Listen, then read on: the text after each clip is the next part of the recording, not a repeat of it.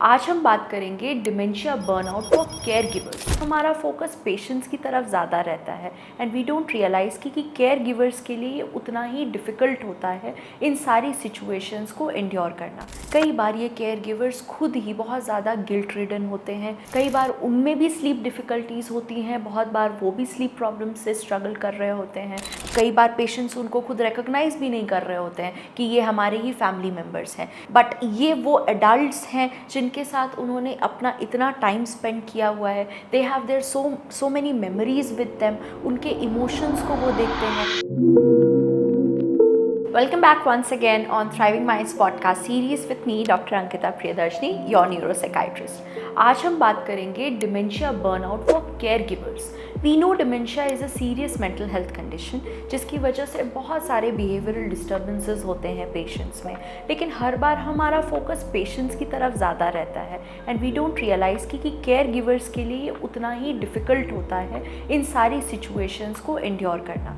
जैसे कि हम जानते हैं in case of dementia people tend to forget lot of things. उनको अपनी लाइफ की बहुत सारी चीज़ें याद नहीं रहती हैं, डे टू डे फंक्शनैलिटी में उनको डिफ़िकल्टी होती है। तो अल्टीमेटली इनको असिस्ट कौन कर रहा है?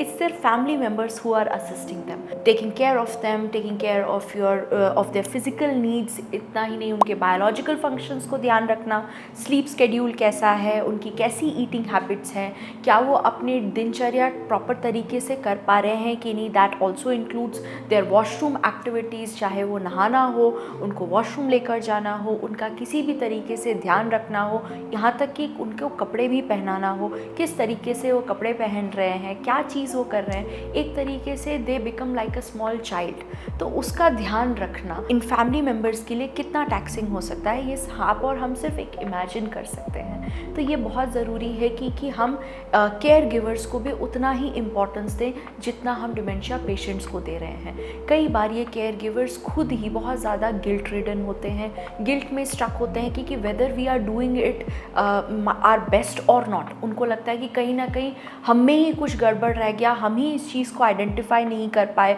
हम ही इस प्रॉब्लम्स को अंडरस्टैंड नहीं कर पाए, which is why our loved one is suffering from dementia.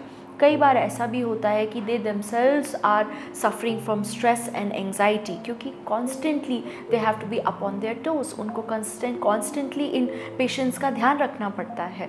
कई बार उनमें भी स्लीप डिफ़िकल्टीज़ होती हैं, बहुत बार वो भी स्लीप प्रॉब्लम से स्ट्रगल कर रहे होते हैं, बिकॉज उनको कॉन्स्टेंटली एक दिमाग में ये ख्याल रहता है कि that they have to take care of their loved ones, the dementia patients. इसके अलावा कई बार उनमें भी ये चिड़चिड़ापन, इरिटेबिलिटी, एंगर आउटबर्स्ट देखा जाता है, बिकॉज कहीं ना कहीं वो बर्नआउट हो रहे होते हैं इन लोगों का ध्यान रखते हुए।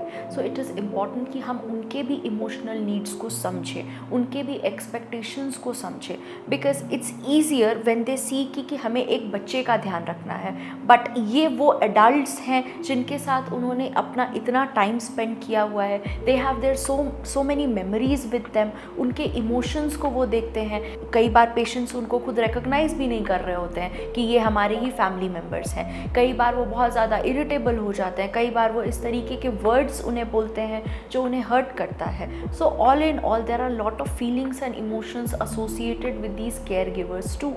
तो इन केयर गिवर्स के लिए भी ये एक इम्पॉर्टेंट सजेशन है, please go through mental health evaluation.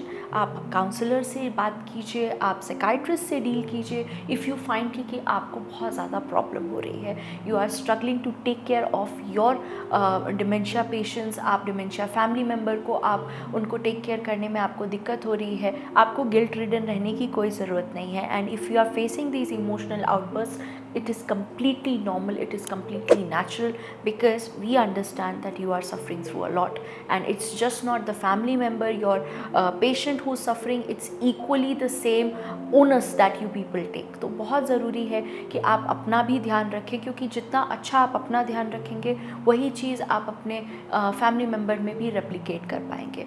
So my suggestion, please visit a psychiatrist if you have any sleep issues, sleep disturbances, irritability, anger outburst, facing anxiety, or you feeling sad and exhausted most of the time. It's time that you require also support. So stay tuned with us on Thriving Minds podcast series to know more.